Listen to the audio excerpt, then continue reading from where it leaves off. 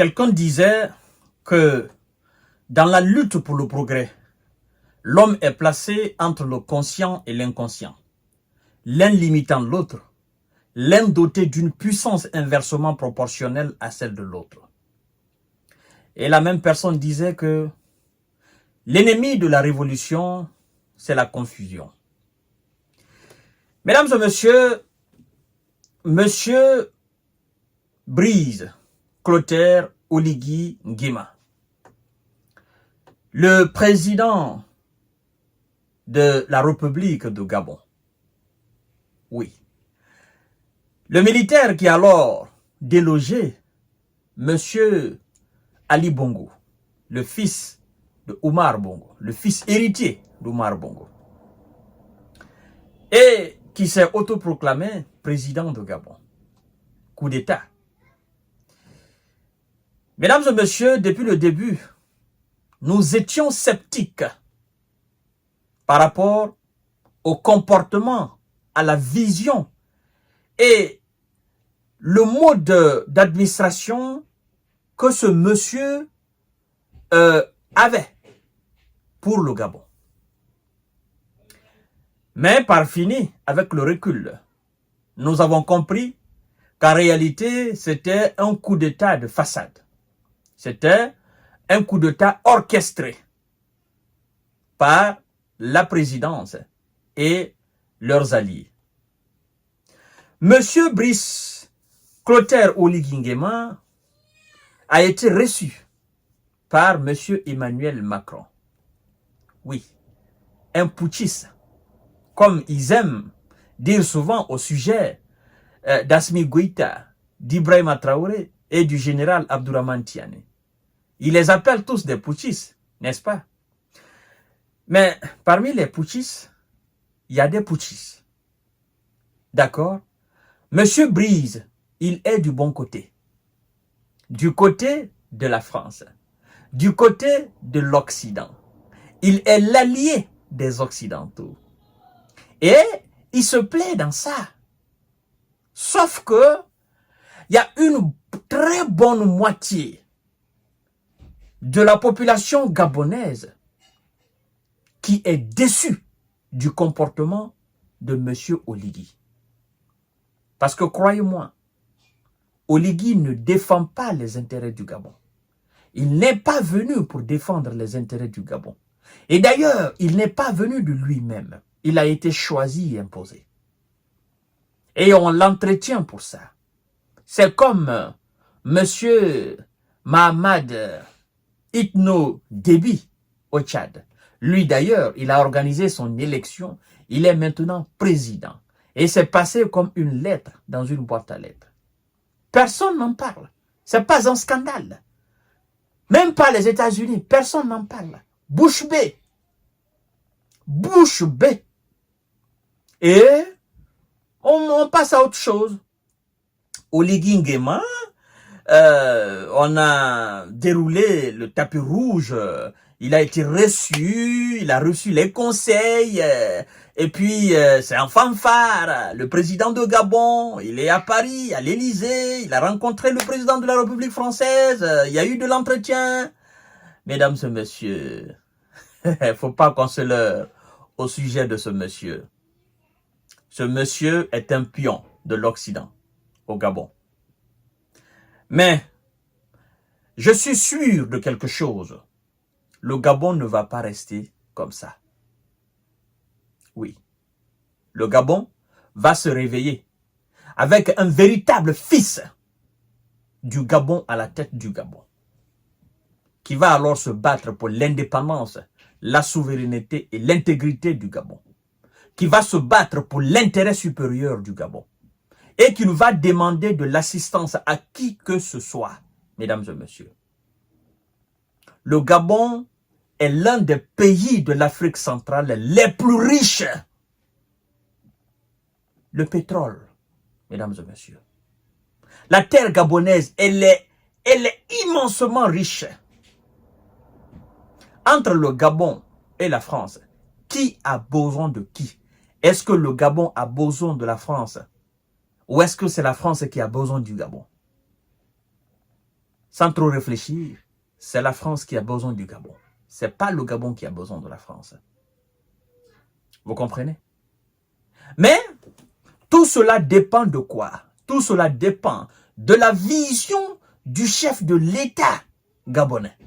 Pas Oligui. Mais c'est lui qui viendra.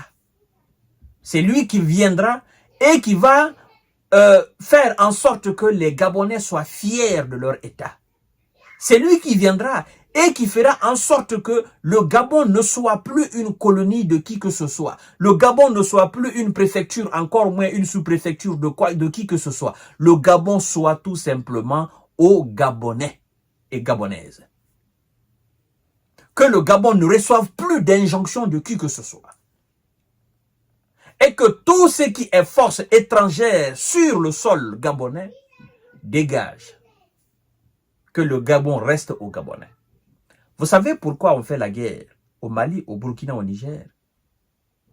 Vous savez, j'aime souvent citer Ahmed Sékou Touré parce que c'était un révolutionnaire, c'était un panafricain convaincu, pour ne pas dire le premier des panafricains en Afrique. Vous savez, il a dit que le jour que les Occidentaux l'apprécieront, les Guinéens doivent savoir que c'est à partir de ce jour même qu'il a commencé à trahir la Guinée.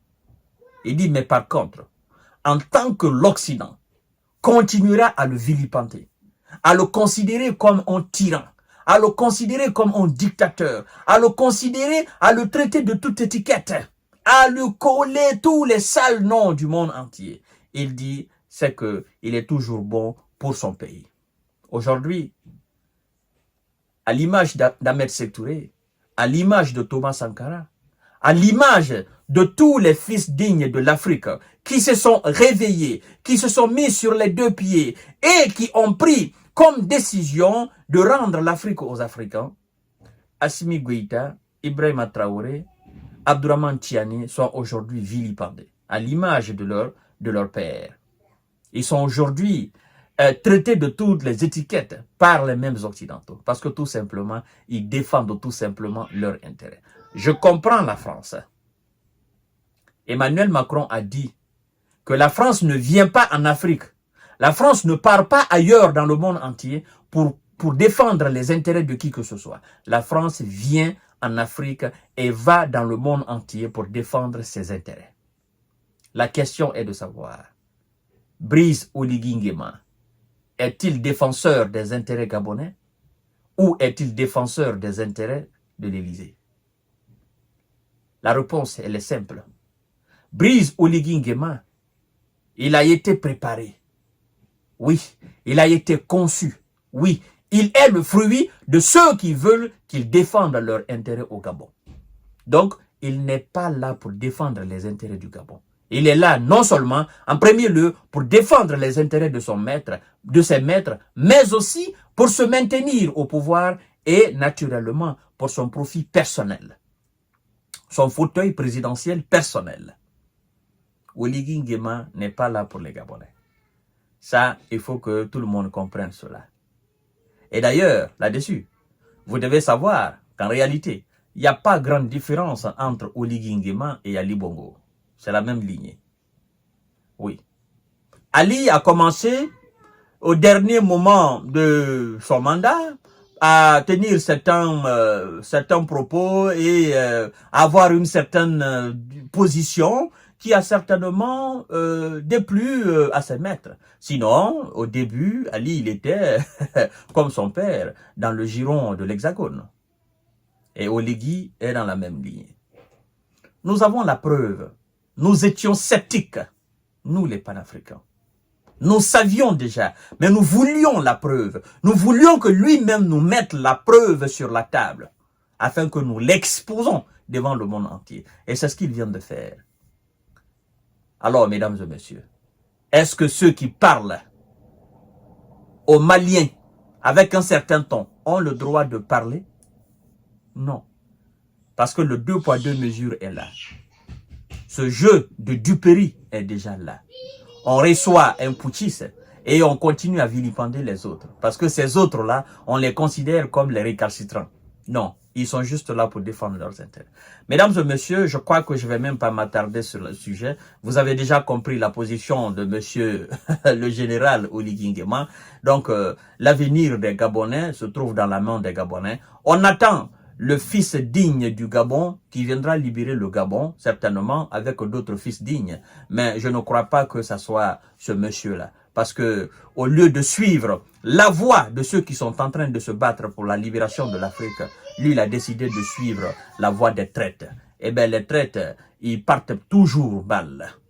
Toujours. Les traites partent toujours mal.